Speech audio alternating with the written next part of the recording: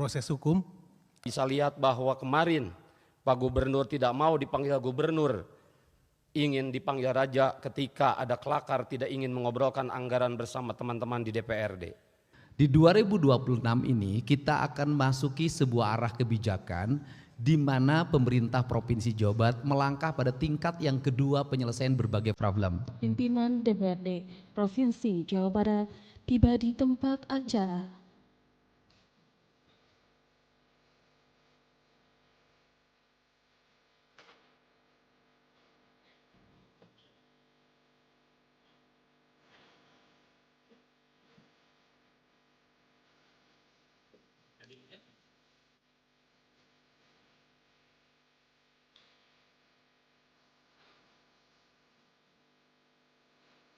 Acara selanjutnya adalah sambutan Gubernur Jawa Barat. Untuk itu kami persilahkan.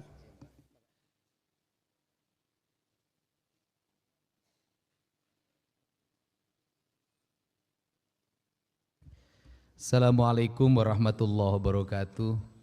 Sampurasun.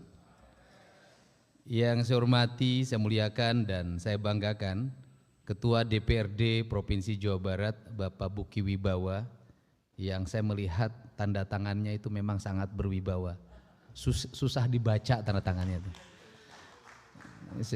Saya hormati Wakil Ketua DPRD Provinsi Jawa Barat Bapak Iwan Suryawan dan Bapak M.Ki Iswara yang memiliki peran mengatur bola ke bawah, ke tengah, dan ke atas serta ke samping. Karena Pak Iswara itu dulu Ketua Persatuan Bola Voli. Dia tahu kapan memberikan smash, kapan memberikan umpan lambung, dan kapan bola dibawa keluar. Yang saya hormati Forum Pimpinan Daerah Provinsi Jawa Barat, saya ucapkan terima kasih hadir Pak Asintel, Kejaksaan Tinggi Provinsi Jawa Barat, dan seluruh hadirin yang berbahagia, para kepala Badan Dinas Provinsi Jawa Barat, kemudian Pak Sekda, saya ucapkan terima kasih, para asisten.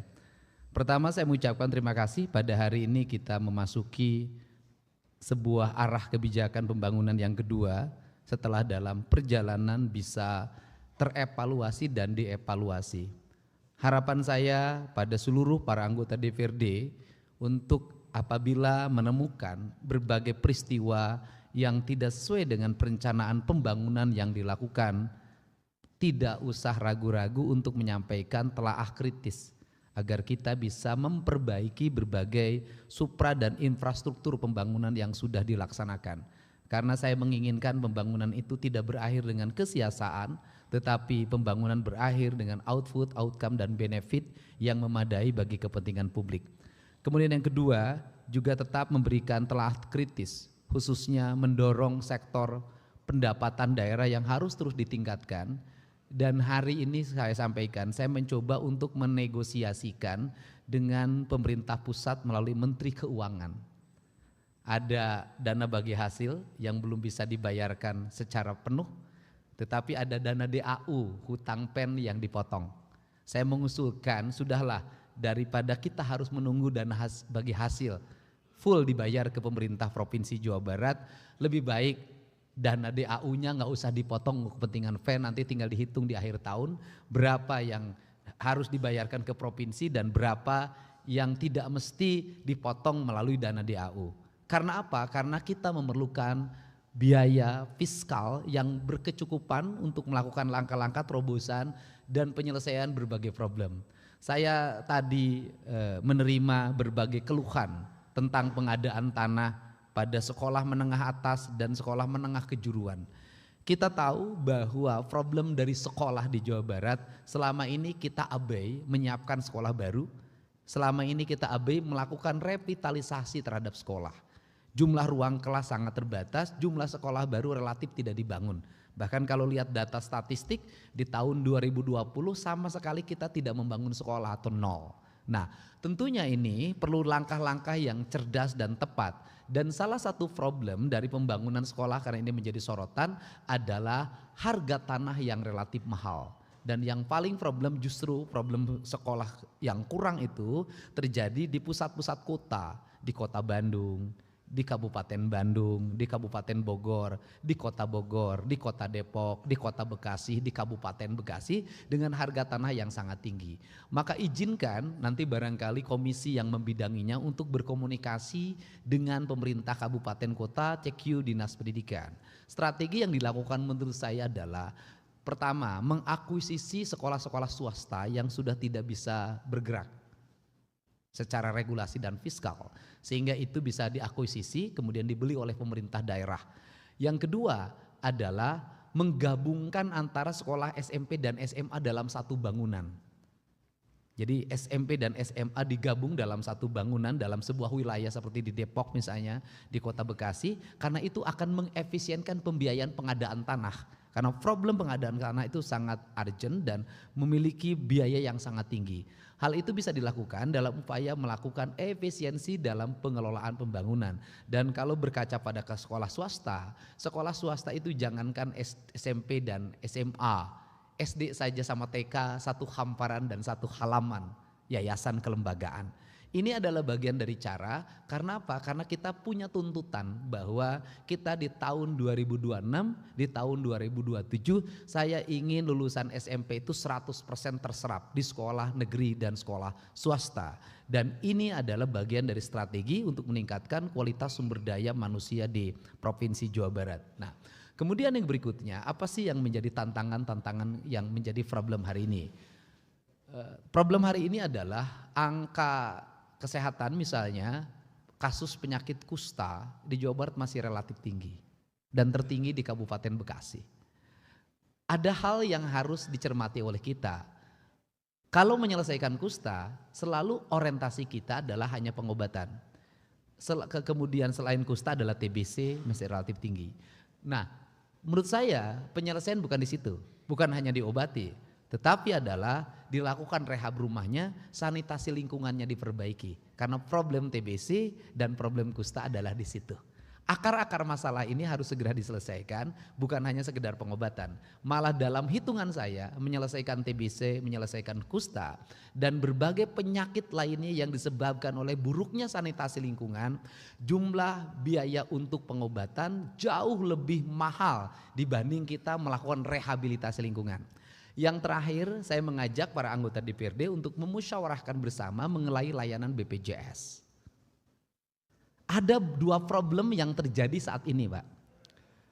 Problem yang pertama adalah semakin meningkatnya masyarakat menggunakan layanan BPJS pemerintah.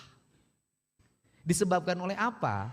Disebabkan kalau menggunakan layanan yang bersifat umum, ketika dia telat bayar atau ditutup, kemudian dia buka kembali dan dilunasi, maka perlu waktu 14 hari.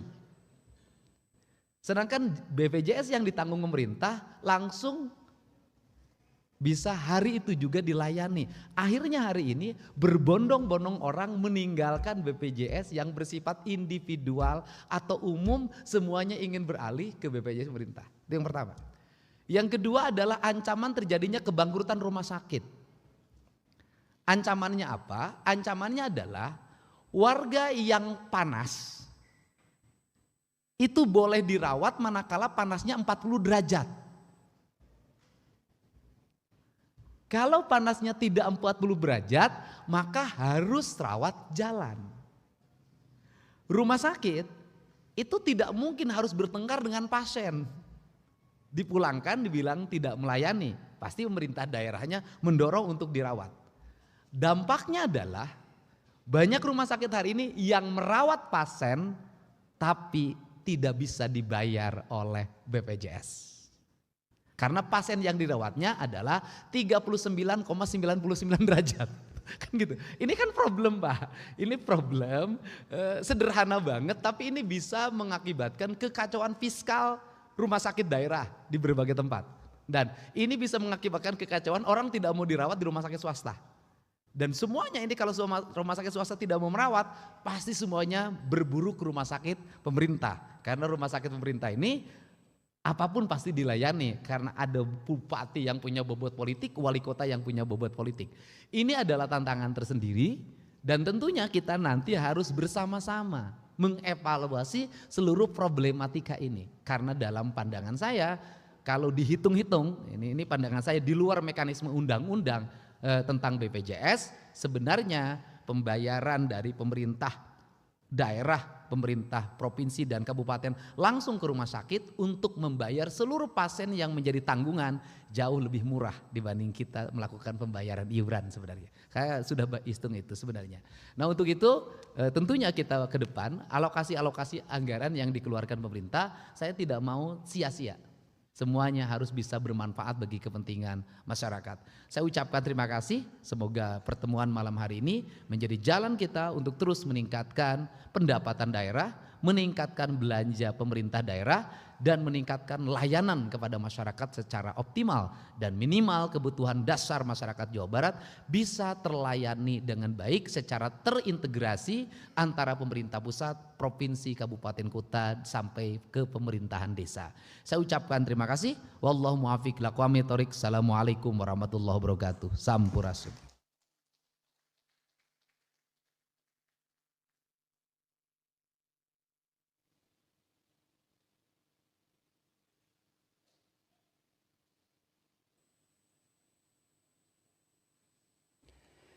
Terima kasih kepada Gubernur Jawa Barat atas penyampaiannya.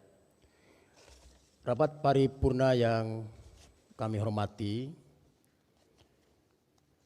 sebelum menutup rapat paripurna ini, kami informasikan kepada anggota Badan Anggaran bahwa acara akan dilanjutkan dengan agenda penyampaian RKUA dan RPPAS tahun anggaran 2026. Untuk pelaksanaannya, saya menawarkan kepada forum apakah acara tersebut bisa dilaksanakan di ruang ini atau di ruang Badan Anggaran. Langsung aja, langsung. Langsung, siap. Ya. Karena Pak Yod dengan lantang. Saya mau pulang kampung soalnya. Iya, betul. Kalau dengan Mang Yod saya ngeri-ngeri sedap karena mulutnya senyum, matanya mengancam. Gitu.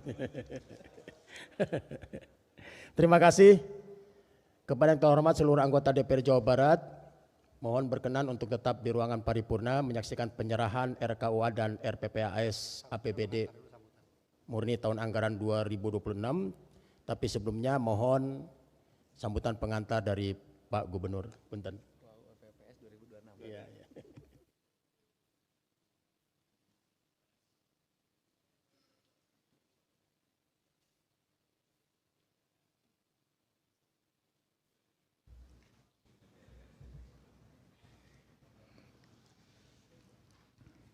Bismillahirrahmanirrahim. Assalamualaikum warahmatullahi wabarakatuh. Sampurasun. Pak Ketua, para Wakil Ketua, para anggota DPRD Provinsi Jawa Barat yang saya hormati dan saya banggakan, yang saya hormati Asintel, Kejaksaan Tinggi Provinsi Jawa Barat, seluruh jajaran pemerintah Provinsi Jawa Barat, para tamu undangan yang berbahagia. Pada kesempatan malam hari ini saya mengucapkan terima kasih dan apresiasi yang setinggi-tingginya kepada pimpinan dan seluruh anggota DPRD Provinsi Jawa Barat. Pemerintah Provinsi Jawa Barat hari ini menyampaikan KUA PPAS tahun anggaran 2026. Di 2026 ini kita akan masuki sebuah arah kebijakan di mana pemerintah Provinsi Jawa Barat melangkah pada tingkat yang kedua penyelesaian berbagai problem. Satu, menyelesaikan dan pedesaan, tidak terjadi disparitas antara pendidikan utara dan selatan, timur dan barat, sehingga distribusi pendidikan berkeadilan dan bisa dirasakan secara luas oleh masyarakat, dan masyarakat memiliki kesempatan yang terbuka untuk bersekolah di seluruh provinsi Jawa Barat. Dan pada akhirnya pendidikan akan mulai diarahkan pada optimalisasi kualitas diri masyarakat Jawa Barat yang disebut dengan Pancawaluya, cager, bager, bener, pinter, singer. Yang kedua, arah kebijakan kita semakin meningkatkan layanan di bidang kesehatan. Kita ingin rumah sakit pemerintah di Provinsi Jawa Barat itu mengakuisisi rumah sakit di daerah yang sudah tidak bisa lagi dijalankan. Salah satu contoh misalnya pemerintah Provinsi Jawa Barat harus hadir di layanan kesehatan di wilayah utara Jabar yang meliputi Kabupaten Indramayu, Majalengka, Kabupaten Subang, dan di situ ada rumah sakit yang oleh bupatinya sudah ditawarkan, yaitu Rumah Sakit Patrol. Yang kedua, pemerintah Provinsi Jawa Barat juga harus mengoptimalkan layanan agar rumah sakit rujukan hadir di wilayah Priangan Timur, di Kabupaten Tasik, Garut, Kota Tasik, Banjar, Ciamis, Pangandaran, dan satu daerah yang sudah menawarkan yaitu pemerintah Kabupaten Tasik yang menginginkan rumah sakit kabupatennya diserahkan kepada provinsi. Dan kemudian juga beberapa jajaran dari pengelola rumah sakit di Kota Tasikmalaya meminta juga rumah sakitnya menjadi rumah sakit Provinsi Jawa Barat. Nah, kemudian kita juga ingin mendorong layanan-layanan di bidang kesehatan diarahkan ke wilayah Barat, wilayah Bogor, wilayah Bekasi, Kota Bekasi dan Depok. Karena kalau rumah sakit di wilayah Sukabumi sudah tersedia. Ini peningkatan layanan. Nah, di peningkatan layanan ini kita ingin sebenarnya menekan berbagai problem akut yang dirasakan oleh masyarakat Jawa Barat. Salah satu problem akutnya adalah angka diabetes yang masih tinggi. Ini juga harus bisa diselesaikan dengan berbagai pendekatan, dan pola itu sedang saya siapkan bagaimana menurunkan angka diabetes. Kedua, menurunkan angka TBC, dan yang paling urgent adalah masih tingginya angka kematian ibu dan anak karena melahirkan. Ini juga problem. Kemudian juga menyelesaikan berbagai problem stunting yang tidak harus diselesaikan secara tuntas karena sudah tidak layak lagi. Di Jawa Barat ini ada ibu, ada anak yang tidak terurus yang pada akhirnya melahirkan kemiskinan dan tumbuhnya stunting, dan ini akan merusak harapan masa depan bangsa. Ini. Kemudian di bidang infrastruktur di 2026 itu kita ingin mulai menyelesaikan berbagai, karena infrastruktur jalan provinsi sudah relatif menurut saya baik dan di 2006 100% terbangun dengan baik, tetapi kita sudah akan mengarah pada penyelesaian problem-problem kemacetan. Kita ingin menyelesaikan problem kemacetan di Depok. Pemerintah kotanya sudah menyanggupi di tahun 2026 menyelesaikan pembebasan di underpass Citayam. Kemudian kita ingin membangun Gatot Subroto, jembatan layang di Gatot Subroto Cimahi, dan kemudian juga kita ingin membangun jembatan layang di Kabupaten Bandung. Ini pusat problem kemacetan. Kemudian yang berikutnya kita ingin menyelesaikan penobatan Kecamatan Jatinangor sebagai kota pelajar. Karena menurut saya masih sangat jauh dikatakan kota pelajar. Lalu lintasnya berantakan, kaki limanya berantakan, sampahnya berantakan, bahkan banyak kematian akibat kecelakaan lalu lintas ketika menyeberang pergi kuliah. Ini juga saya sudah ketemu ITB, saya meminta ITB untuk melakukan penataan. Kemudian yang berikutnya di 2026 ini kita akan fokus untuk merevitalisasi danau-danau, embung-embung di berbagai tempat.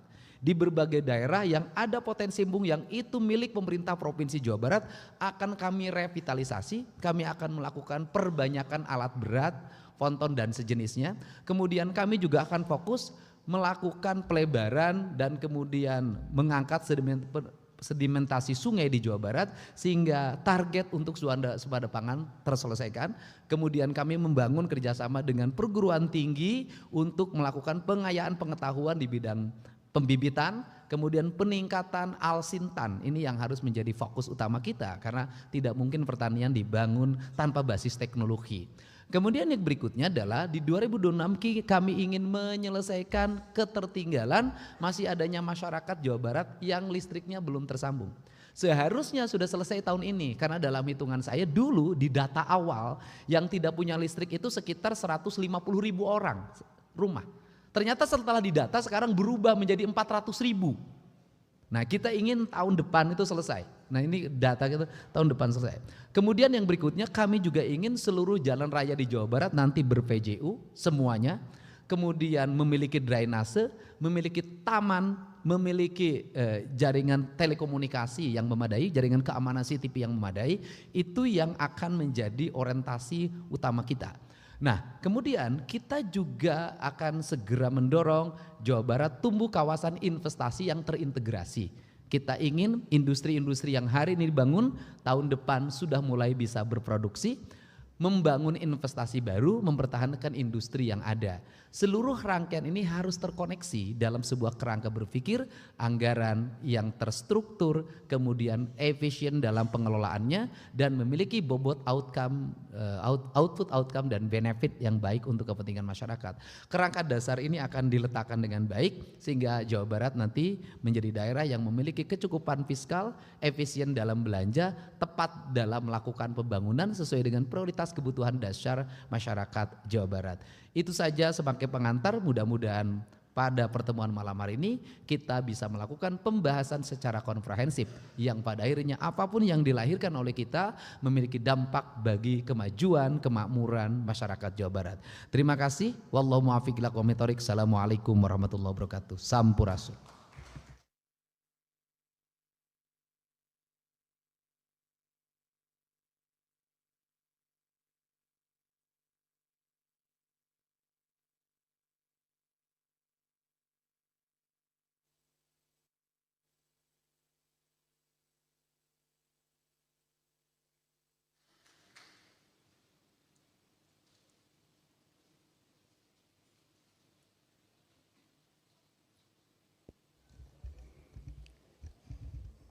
Demikian rapat paripurna DPRD hari ini.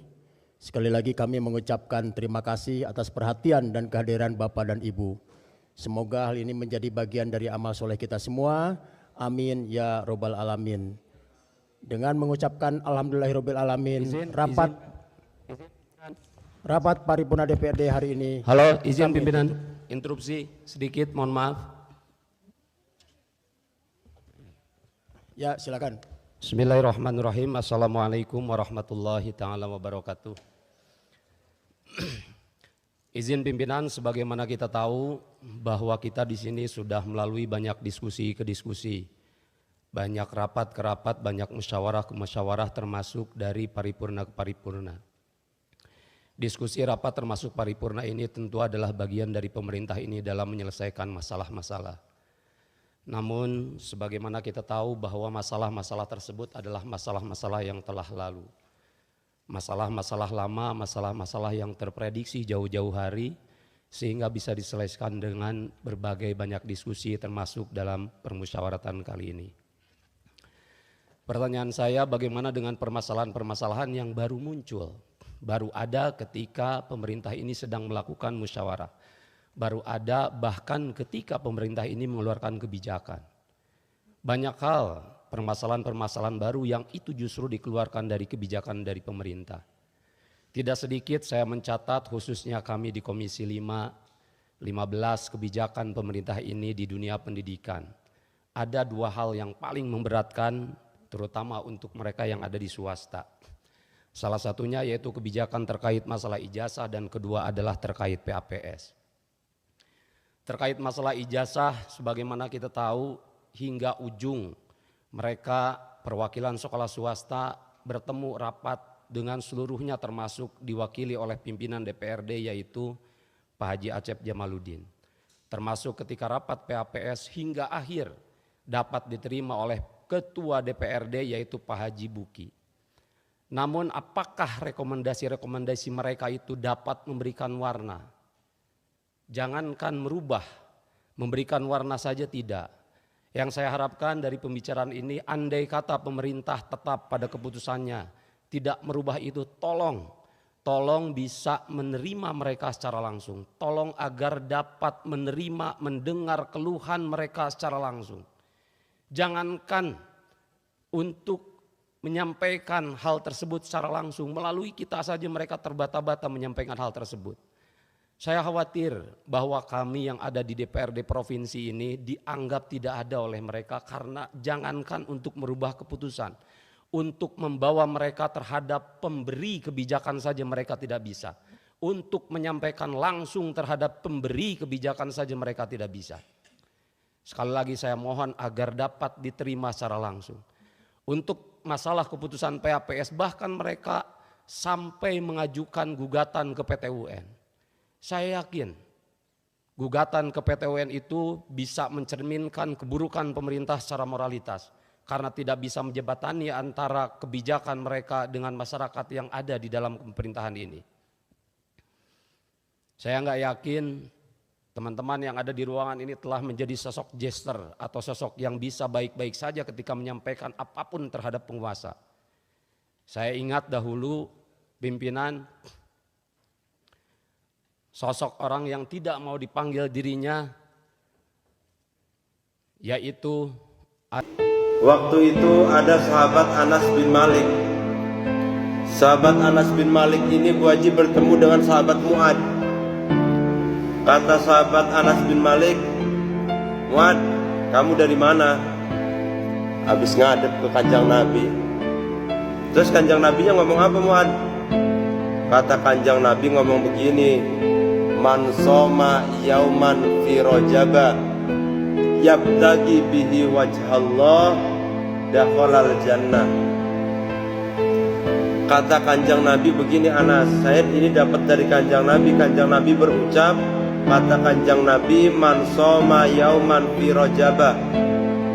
Barang siapa yang puasa sehari aja, jangan banyak-banyak, puasa sehari di dalam bulan Rajab, yabtaghi bihi wajhallah, semata-mata puasanya dijalankan untuk menggapai ridhonya Allah, bukan untuk di alam tetangga, bukan untuk dibikin status, murni bentuk ibadah kita kepada Allah.